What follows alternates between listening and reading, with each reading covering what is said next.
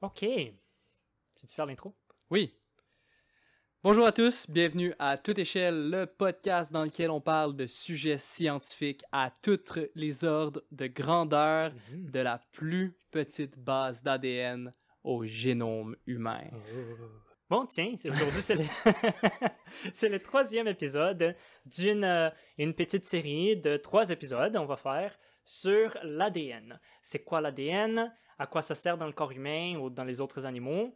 Comment la police utilise l'ADN d'une scène de crime pour trouver des criminels, même s'ils n'ont pas de suspects aujourd'hui.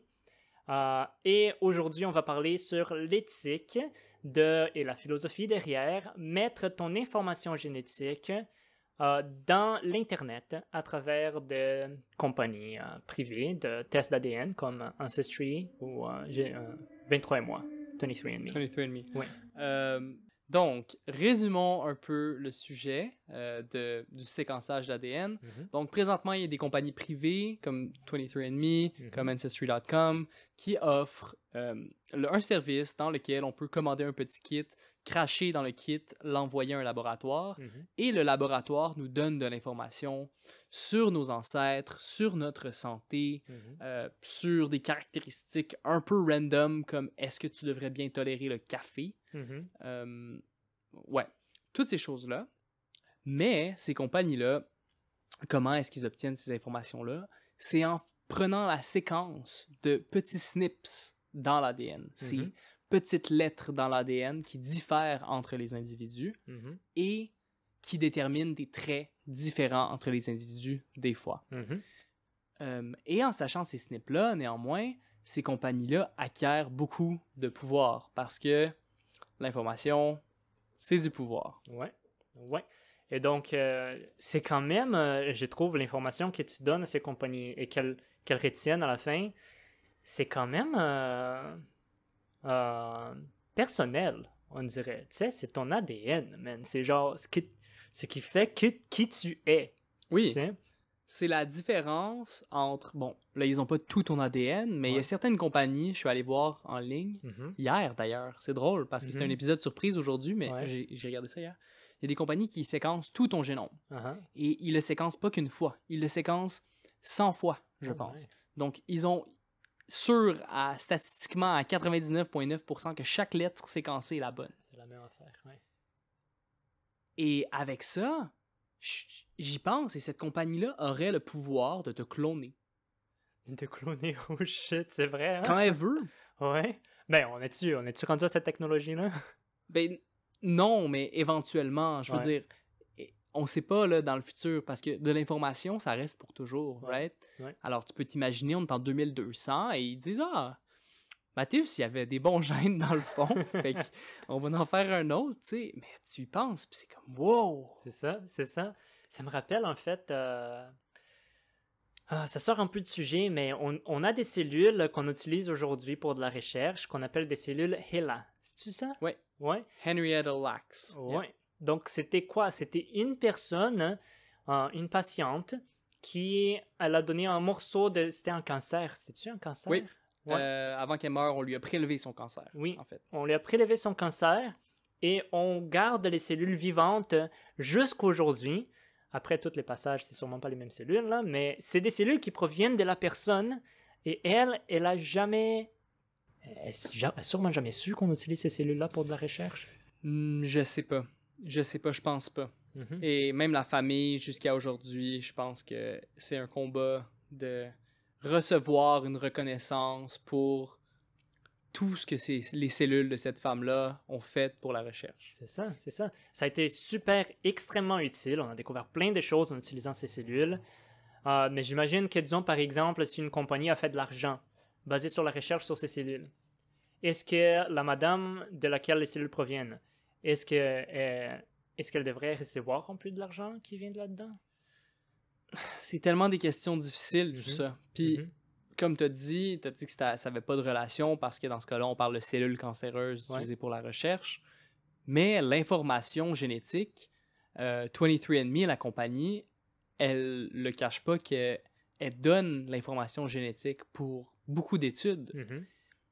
Et ces études-là sont souvent des études qui ne misent pas à faire un profit Mhm. et qui sont, selon moi, un positif net. Mais est-ce que les gens savent qu'on utilise leurs données personnelles? Je sais pas.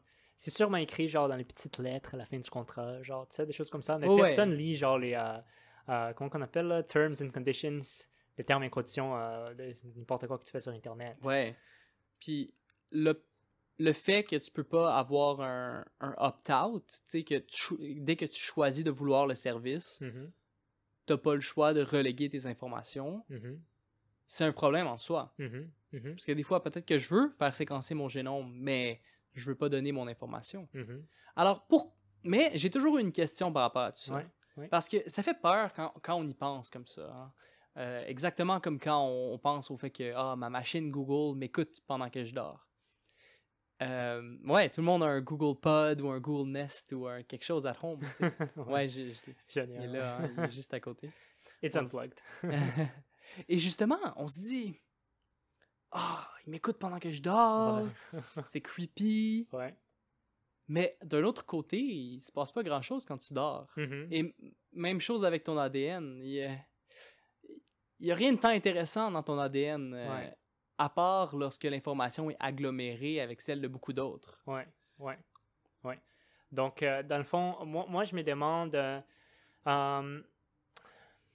j'ai peur que cette information elle est quand même disponible en ligne. Je pense pas que n'importe qui pourrait aller sur 23andMe et trouver toute l'information qu'ils ont, là. C'est privé, là. Il y a des compagnies spécifiques ou la police, n'importe qui peut, dépendamment des accords qu'ils ont avec les autres, les tiers, disons. Mais n'importe qui sur Internet pourrait pas juste aller et trouver l'information. Non. Mais dans le futur, j'ai peur que, et ça c'est un des problèmes qui revient souvent, on a même parlé de ça je pense dans un épisode précédent sur À toute échelle, l'épisode avec Juliana Lanza et Marilus Fortier. Yeah. Épisode numéro 6. Ouais. Ouais, épisode numéro 6, allez écouter ça. On parlait de ça, c'est si cette information est disponible en ligne. Et disons qu'il y a un jour une compagnie de assurance médicale, trouve cette information. Et qu'ils sachent que Philippe Carle, il a plus de chances d'avoir du Parkinson dans le futur. Est-ce qu'ils ont le droit de commencer à te charger plus parce que tu vas avoir du Parkinson?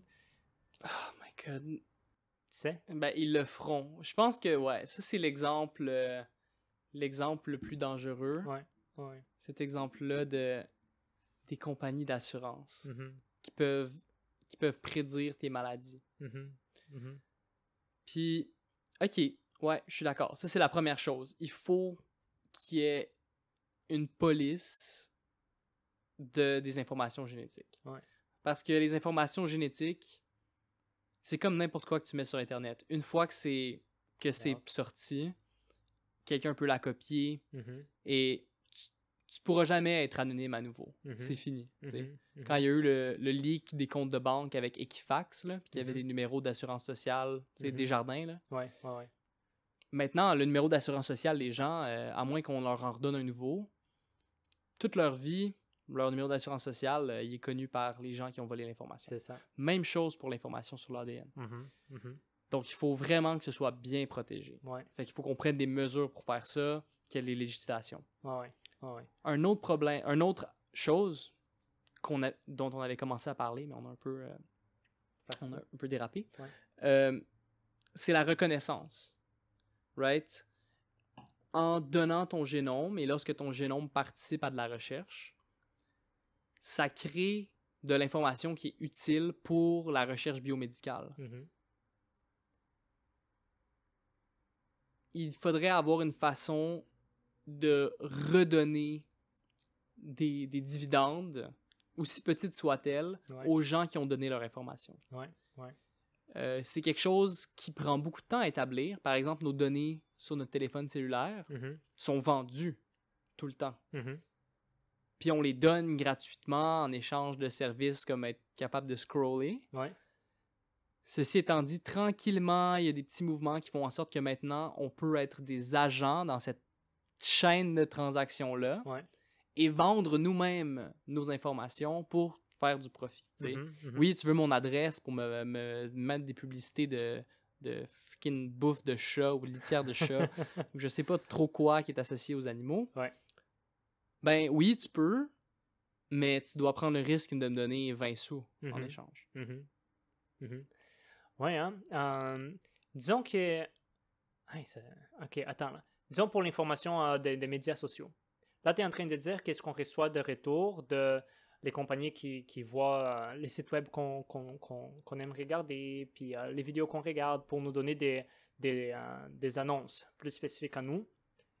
Ce qu'on reçoit de retour, c'est vraiment juste Le produit. les produits. C'est ça qu'on reçoit de retour. Mais pour l'ADN, si on donne notre ADN et que des compagnies utilisent ça pour faire d'autres choses, qu'est-ce qu'on reçoit de retour? S'ils trouvent, un traitement pour le cancer, mais que moi, j'ai pas le cancer spécifique, je vais rien recevoir. Ben, on reçoit l'information, on reçoit nos snips. On reçoit l'information que la compagnie donne à la Oui. fin. Donc, d'où on vient, etc. C'est d'où on vient, nos ancêtres, nos informations sur notre santé. Mhm, Techniquement, c'est ça qu'ils nous donnent. mhm, Et j'avais écouté un podcast sur le sujet duquel on est en train de parler, Ouais. avec Sam Harris. Ouais.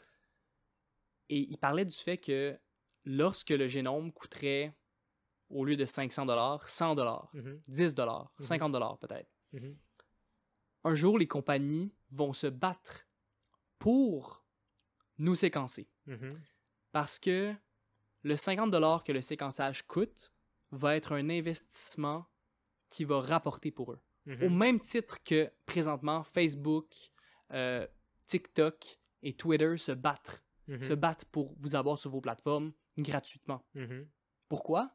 Parce que votre information vaut tellement d'argent qu'ils ne vont pas vous charger. mhm, Ils veulent vous avoir. mhm. Vous êtes le produit. Ouais, ouais, carrément.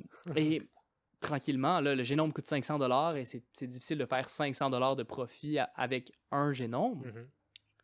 Mais selon les pronostics, un jour, ça va valoir la peine. Mhm.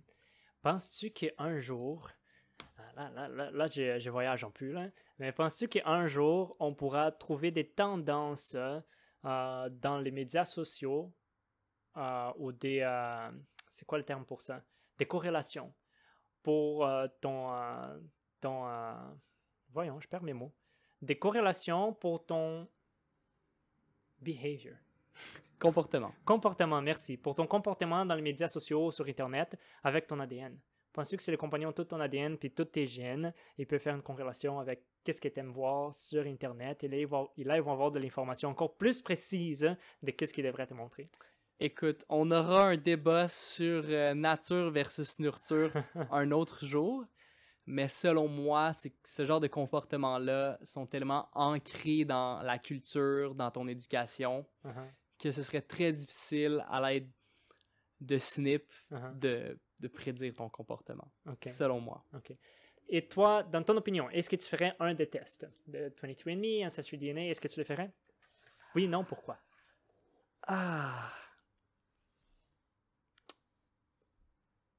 J'aimerais avoir ma séquence d'ADN. Mm-hmm. Si je suis à risque pour une maladie, j'aimerais pouvoir faire les tests fréquemment pour voir, puis check-up. Ouais. Même si ton info se rend dans les mains des compagnies qui vont faire du profit et qui peuvent te donner des problèmes dans le futur pour des assurances, disons.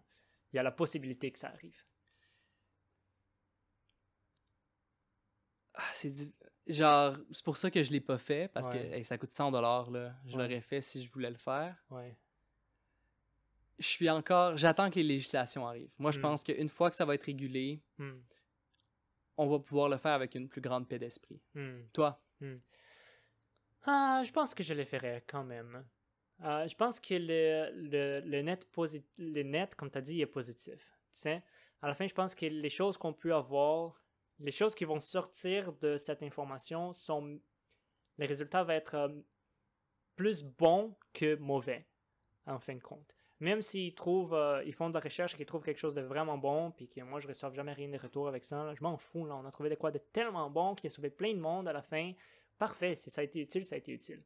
Si ça me donne des problèmes avec des assurances à la fin, c'est la vie, mais au moins j'ai j'ai reçu mon information génétique, je vais avoir l'option de me bien traiter, genre une maladie que je pourrais peut-être avoir, genre me prévenir. Et à la fin, j'aurais même pas besoin de l'assurance, comme tu le payes, j'imagine, là, mais tu sais.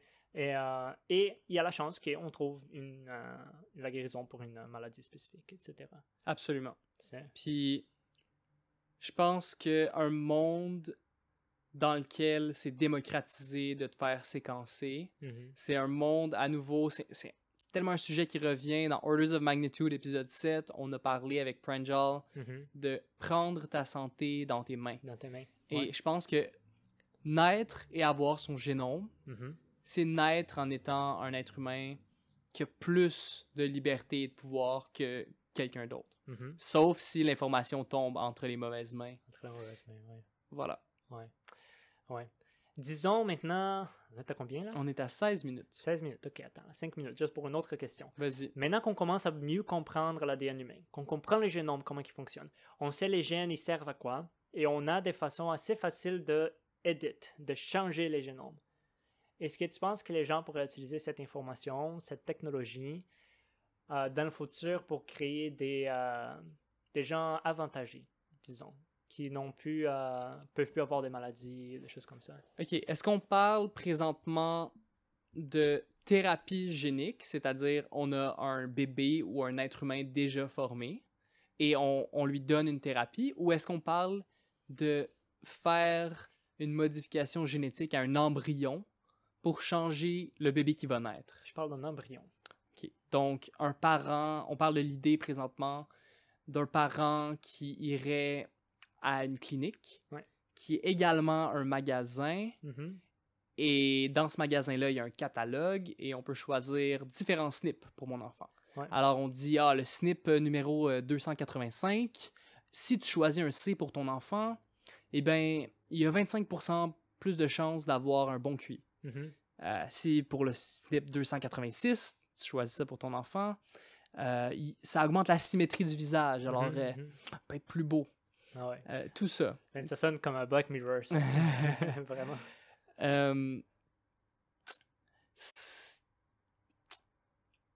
Ouais, je pense que c'est quelque chose qui pourrait arriver, mais dès l'instant où la possibilité des thérapies géniques sont arrivées, de la modification génétique, les éthiciens ont sauté là-dessus et ont commencé à faire des régulations. Et c'est l'une des premières fois que je pense que le droit va arriver avant la technologie. La technologie, avant qu'elle soit assez sécuritaire... Mais ça existe déjà, hein? Ça a été fait une fois. Ouais, c'était-tu les jumeaux, là? Yeah. Ouais.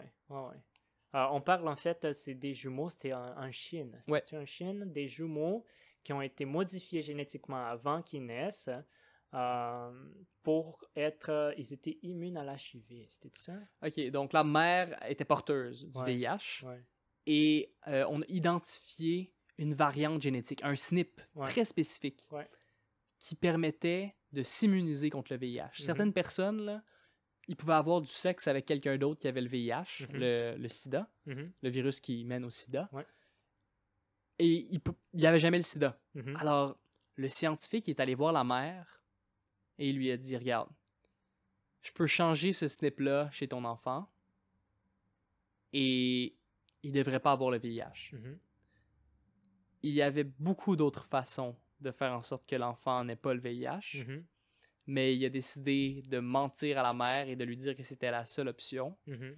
Et oui, c'était les premiers enfants qui sont nés modifiés génétiquement. Ça fait peur, je trouve. Mais il est en prison présentement. Il est en prison? La Chine l'a emprisonné. À toutes les conférences, par la suite, à ce qui paraît, il disait « Attendez pour le papier, je vais tout expliquer, attendez pour le papier. » Puis il utilisait ça pour calmer les gens, tu sais. Mais à un moment donné, les gens, en fait, ton papier va jamais sortir. Ils ont collé ça en prison. C'est bon, je trouve. Parce que, en fait, mais je trouve que ça montre qu'on a la technologie pour le faire. Tu sais, on peut modifier les génomes d'une cellule, si on veut, facilement aujourd'hui avec CRISPR. Tu prends, les gens font ça tout le temps, là. Ils prennent des cellules, ils modifient les génomes là-dedans, puis ils font ce qu'ils veulent, puis ils ont les cellules après. Si on prend un embryon à les stages vraiment genre unis, où il y a 2 cellules, 3 cellules, genre vraiment au début, de développement, puis que tu mets du CRISPR là-dedans, là, c'est facile de changer les génomes d'une cellule. Puis on peut aller puis changer ça relativement facilement aujourd'hui comparé à ce qu'on pensait avant. Ouais, ton sourire, il me dit que non, là. Les gens disent ça, Ouais, mais présentement, quand on fait des cellules modifiées génétiquement avec CRISPR, ouais. souvent, on fait des dizaines de cellules, puis il y en a 2-3 qui marchent à la fin. Hmm. On peut pas se permettre de faire ça avec des embryons humains. Oh, ouais. Ouais. Et on n'est pas encore rendu au moment où est-ce que le efficiency rate, Il est assez haut, genre, le pour rythme faire. auquel ça fonctionne Ouais, est assez haut pour qu'on puisse le faire. ouais. Je dis pas que ça va jamais arriver, mais je dis que on n'est pas à quelques mois près. Ouais, ok. Mais ça fait peur si ça arrive, si jamais ça arrive, et sûrement ça va arriver dans les 30 prochaines années environ. Là, ça va être vite, là, avant qu'on meure, c'est sûr, là, je Ouais. trouve. Si ça arrive, on va finalement avoir une raison légitime pour ségréguer des gens, disons ça comme ça. Des gens qui sont vraiment, disons, plus avancés génétiquement que d'autres personnes. Et Ouais. ça fait peur. Parce que là, il y a quelqu'un qui, il peut pas avoir les VIH, ou il a nécessairement un QI plus haut parce qu'il a été modifié génétiquement et c'est legit. Et je pense que ça, c'est très dangereux parce que ça peut amener à plein de problèmes qu'on voit, par exemple, même à la Deuxième Guerre mondiale. Ils utilisaient genre de la génétique et des affaires par rapport pour parler que les Juifs, ils étaient moins développés ou les Aryens, ils étaient plus développés que les restes des personnes. Ce qui avait pas rapport Ouais. là, à l'époque, mais ça va être legit à un moment donné si on commence à modifier les génomes des gens. Oui, une façon de formuler ça qui est vraiment marquante, c'est ça va prendre les inégalités sociales Mhm. et les ancrer en des inégalités naturelles Oui. et qui perdurent. Ouais. Parce que si le parent a le SNP qui permet d'être immune contre le VIH, Mhm. son enfant a la moitié des chances de l'avoir aussi. Mhm. Mhm. Et ça fait peur. Ça peut Et ça amener fait à peur. plein de... Mais je pense, comme je dis, que dans les 30 années avant que ça arrive et que ce soit possible de le faire de manière sécuritaire, il va y avoir beaucoup de lois qui vont déjà être en place. Uh-huh. Pour une fois. Uh-huh. Celles qui ont créé la technologie CRISPR, Emmanuel Carpentier, et je me souviens pas du nom de l'autre scientifique qui a j'ai gagné le oublié prix aussi. Nobel. Ouais, c'était 2 femmes, là, j'ai oublié Oui, leur nom. Emmanuel Carpentier, Ouais. whatever. Non, pas whatever. Ouais. Mad respect.